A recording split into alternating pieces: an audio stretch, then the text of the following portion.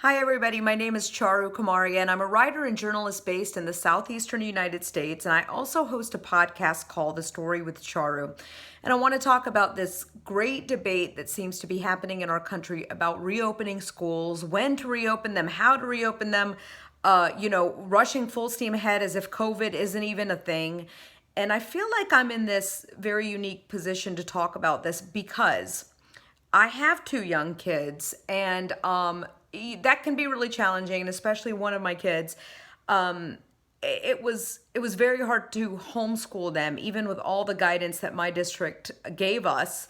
And I was never under any delusion that I wanted to be that parent that homeschooled. I always thought and viewed that we would be a family that kind of supports the learning that's happening in the classroom.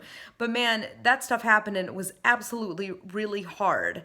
So I'm also afraid and concerned when I think about this and what we're going to have to do.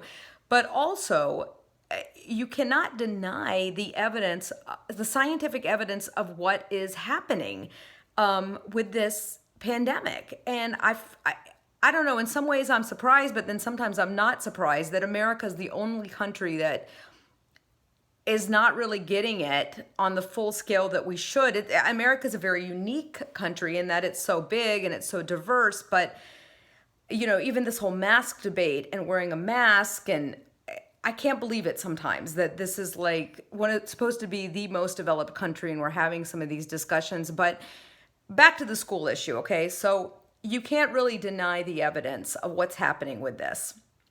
And every parent knows that you hit this time in the school year. It's always right about Thanksgiving, sometime between that fall break and that winter break, where your kid starts coming home with stomach bugs, with cold viruses. It happens every year without fail. And my family's done a pretty good job, right, of keeping social distance and wearing our mask and all of that. But if they go back, that's probably when we are most likely in this family to get exposed to COVID-19. And it's weird that people can't really, get behind that. I mean, schools are going to be just like this perfect breeding ground for this to go skyrocket, and while most kids, thankfully, are able to recover from this, some aren't. And I don't want my kid to be the one that isn't, nor do I want to be the person that can't recover from this. I have to be around to take care of my kids. And also, there is the greater public responsibility, right, of all of us taking care of those folks. I have an interview this week with a woman who's battling cancer, the mother of four. For people like that, for us to do everything we can to protect those most vulnerable, immunocompromised among us. Now, here's the thing that I wanted to talk about, okay? This pressure to reopen schools, some of it is from folks that are like, I can't homeschool, I don't want to deal with this, right? But a lot of it is from people that really need schools to be open so they can work.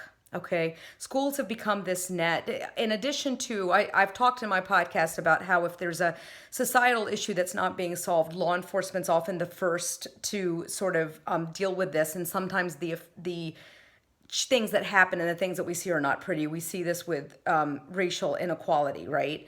But also, schools are sort of this huge safety net in this country. They deal with so much. When this pandemic hit, our school system had to quickly figure out how to provide food for kids who the school was the only place that were probably getting a square meal a day. And so schools are doing all of this stuff that they really were not intended to do. And this pandemic is kind of exposing that and exposing some of the issues that we have in this country that we need to address.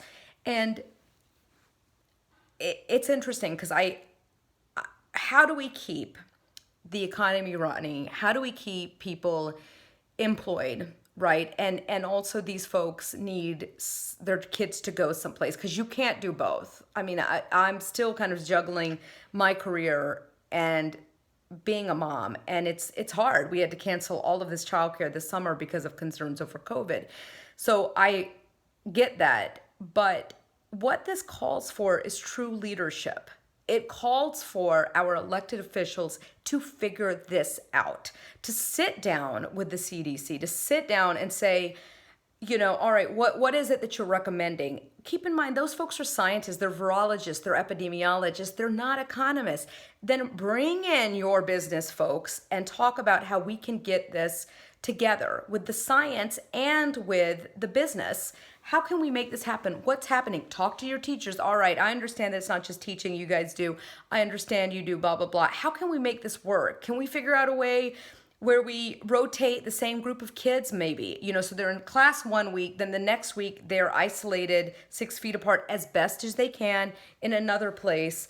And then that would also allow some contract tracing maybe to happen if somebody comes down with it. I don't know. I'm just spitballing here. But I feel like what's happening with US politics is, you know what, instead of trying to figure out a solution, I'm just going to make this very partisan, and I'm just going to throw out some threats and say whatever I want, and you're going to open no matter what, or I'll cut your funding. Instead of coming to the table with solutions, this calls for real leadership, and I feel like as Americans, we deserve that.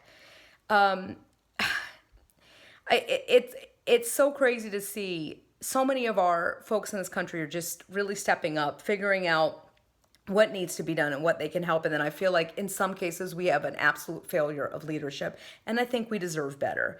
And, that's all I have to say about that. It calls for leadership, taking the easy way out and just saying, you know what, I'm just going to throw out some empty threats, and I'm just going to, make this a fight instead of coming to the table with solutions.